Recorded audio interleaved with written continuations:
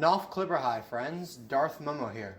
So now that Star Wars has kind of taken a break, I think it's a good time to review what has been released, and for those maybe wanting to hop on board, how you should watch this wonderful, messy franchise. There are many who favor release order, 4, 5, 6, 1, 2, etc. And some who say watch them in chronological order, starting with The Phantom Menace, then Attack of the Clones, and so on. Depends on how many plot twists have been spoiled for you already, to be honest. There's nothing super bad with chronological order if you know the plot twists like who Luke's father is. For example, I recently watched all of the Marvel movies in chronological order, and it is a very satisfying experience to watch it build all the way up to Endgame for the climax. Same with Star Wars, you could start with the beginning and build up to that climax. So here is what I would like to call the ultimate Star Wars viewing order. First, you start with the theatrical version of Star Wars. It's what audiences first saw in 1977, and it's the motion picture that won several awards. There are numerous ways to watch it, such as the 2006 DVDs, bootlegged copies, or VHS tapes that still hold up relatively well. Then you'll move on to the theatrical version of The Empire Strikes Back, then wrap it up with the theatrical version of Return of the Jedi. Just as audiences first experienced it, you can experience it too. Now, if you're wanting to watch more, you'll go ahead and pop in The Phantom Menace. See how it all started, how Anakin meets the Jedi, etc., etc. Then you'll move on to Attack of the Clones.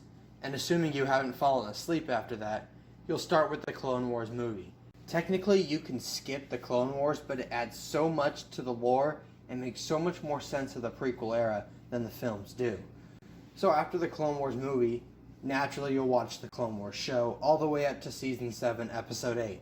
The last 4 episodes have some spoilers, so you'll watch them later. After Clone Wars Season 7, Episode 8, you'll watch Revenge of the Sith, and then you'll wrap up the last 4 episodes of the Clone Wars series. Now you'll go ahead and pop in Solo, a Star Wars story, which will have a surprise reveal at the end that will make much more sense now. After that, go ahead and watch all 4 seasons of Star Wars Rebels, which will have an epilogue that is not spoilery since you've already seen the original films. After the end of Rebels, watch Rogue One, which will tie directly back into A New Hope. Then you'll watch the special editions of the original 3 films.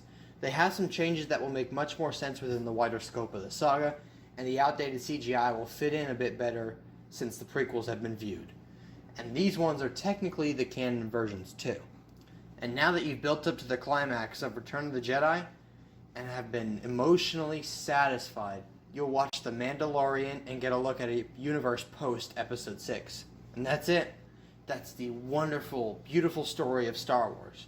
Oh, and by the way, if you feel like taking a nice steaming dump over the story you just watched and seeing the whole point of it ruined, then go ahead and dive into Star Wars Resistance, then the 3 sequel films that systematically deconstruct the whole point of the original films one by one.